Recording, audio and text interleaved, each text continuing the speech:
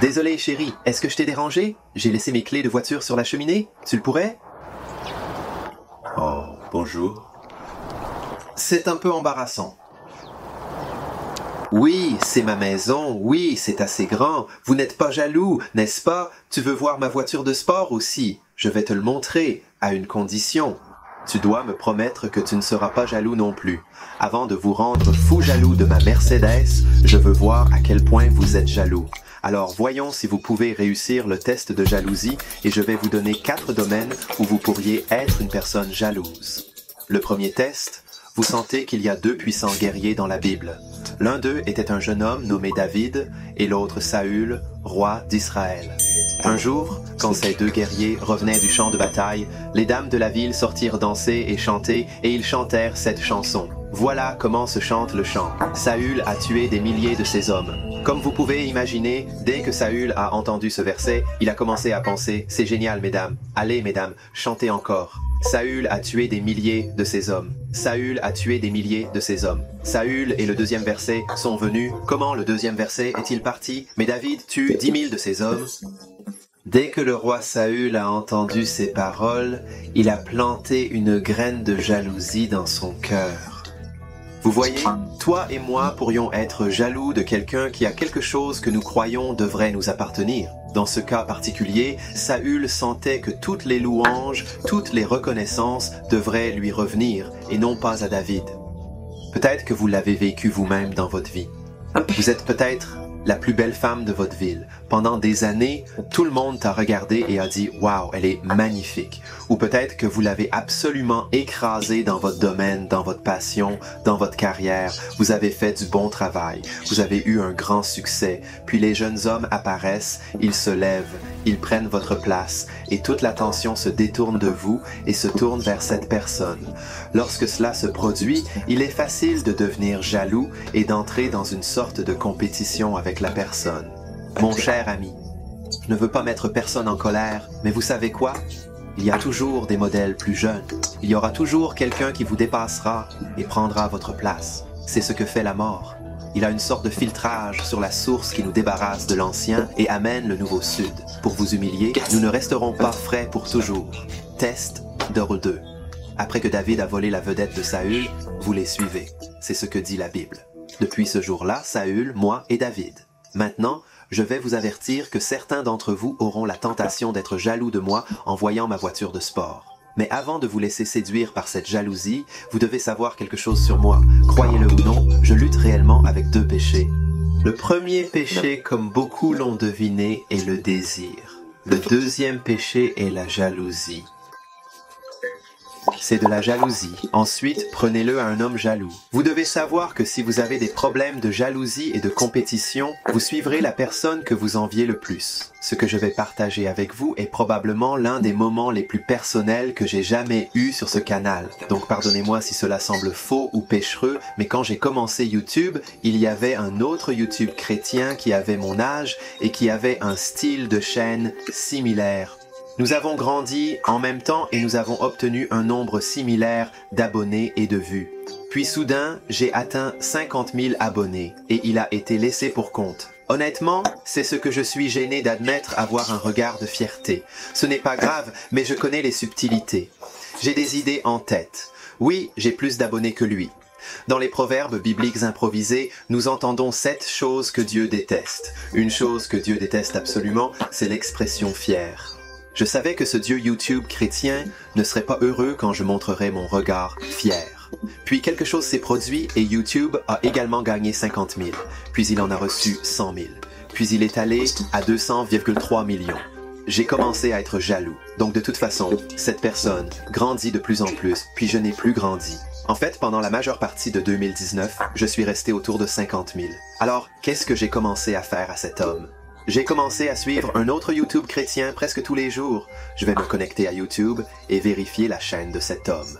Je veux voir combien de points de vue ils ont. Je veux voir combien d'abonnés ils ont ajoutés.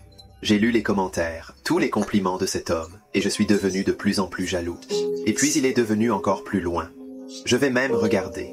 J'ai même étudié les vidéos de cet homme. Et j'ai pensé que je devrais peut-être imiter cet homme, même si ce n'était pas mon style. C'était complètement différent pour moi. C'est leur style, c'est leur personnalité. C'était une tentation pour moi de commencer à essayer d'être cette personne afin que je puisse atteindre le même succès que cette personne. Je vous le dis, je porte cette question, cette jalousie devant Dieu tous les jours. Mon Dieu, enlève-moi ça.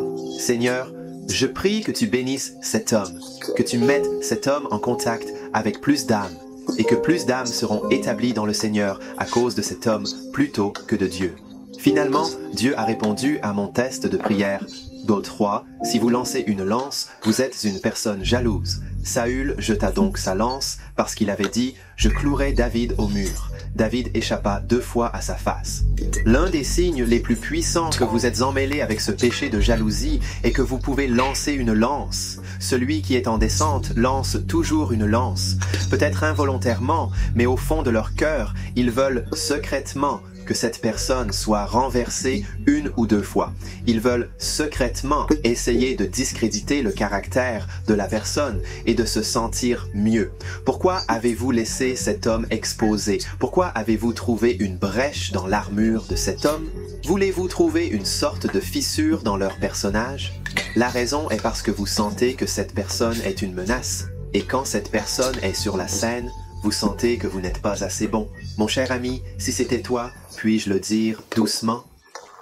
Lâchez la lance.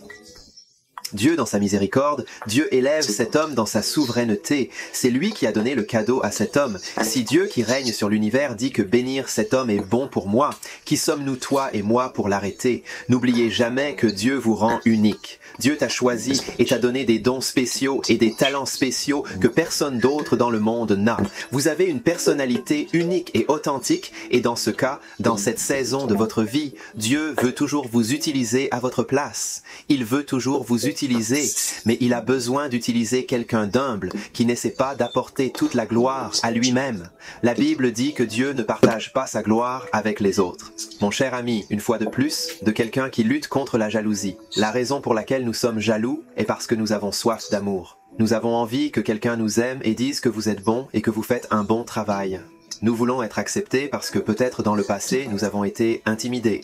Peut-être que dans le passé, nous avons été rejetés et nous avons lutté avec l'acceptation. Donc maintenant, nous voulons cette acceptation, cet amour. Mon ami, je veux te dire que Dieu t'a toujours aimé. Quand vous vous levez le matin, votre visage est en désordre et Dieu vous aime. Il t'aime. Quand vous ne portez pas de maquillage, Dieu vous aime. Dieu vous aime quand vous êtes blessé et que vous ne pouvez pas vous performer comme vous le devriez pour votre équipe sportive. Même lorsque vous avez péché et que vous êtes au point le plus bas, Dieu vous aime. Dieu ne cesse jamais de nous aimer. Il se réjouit de nous. Alors, mon cher ami, ne cherche pas ton amour auprès des autres. Le Dieu, le Créateur, qui se contente de ce verset, m'aime, et il a envoyé son Fils Jésus mourir pour moi, pour témoigner de son amour à un pauvre péché comme moi. Eh bien, avant de vous montrer ma Mercedes, il y a un dernier test que vous devez savoir si vous voulez savoir si vous êtes un homme jaloux. C'est toi? Pour revenir à notre histoire, Saül avait en fait un fils nommé Jonathan. Et Jonathan était exactement l'opposé de son père. Saül voulait faire tomber David, mais Jonathan voulait le ressusciter. C'est un peu étrange parce que Jonathan savait que si Saül était exclu et David devenait roi, cela signifierait que Jonathan lui-même n'aurait jamais eu la chance de monter sur le trône. Bien qu'il soit le prochain, il sera également débarrassé, mais cela n'empêche pas John de vouloir voir le meilleur pour son ami David. En effet, Jonathan a fait tout ce qui était en son pouvoir pour que David réussisse. Il lui a donné la meilleure armure. Il lui a donné la meilleure épée, le meilleur arc. Il a béni David et il voulait s'assurer que David avait les outils dont il avait besoin pour réussir. Je peux te poser une question? Voulez-vous donner votre armure à la personne que vous enviez le plus? Il est intéressant de noter que l'homme qui a lancé la lance a vu que l'homme qui a essayé de faire tomber David est maintenant considéré comme un homme négatif, douloureux et misérable. Mais cet homme, son fils, Jonathan, voulait rencontrer David Wayne et il était assez content d'être le numéro 2, de ne pas être considéré comme quelque chose de spécial et est maintenant considéré comme l'un des amis les plus fidèles de l'histoire biblique. Pourquoi cela? Parce que la Bible est vraie, elle dit que Dieu résiste aux orgueilleux et donne la grâce aux humbles. La vérité est que le cœur de la jalousie est toi. Ce que je me dis souvent, c'est quitter le trône. Joe quitte le trône. Ce trône appartient au Seigneur Jésus-Christ. Si vous dirigez votre vie en ce moment, que vous laissez tout tourner autour de vous et que vous êtes le centre de l'attention, vous devez aussi quitter le trône et donner votre vie au Seigneur Jésus-Christ, quitter ce péché et accepter le Sauveur qui est mort sur la croix et qui a fait tout ce qui est en son pouvoir pour nous sauver, parce que tout est pour lui, n'est-ce pas? J'ai quelque chose à t'avouer. Cette maison que vous voyez au début de la vidéo, ce n'est pas la mienne. Mais je peux vous assurer que cette voiture de sport que vous êtes sur le point de voir appartient à 100% à Joe Kirby. Ne sois pas jaloux de ma voiture maintenant.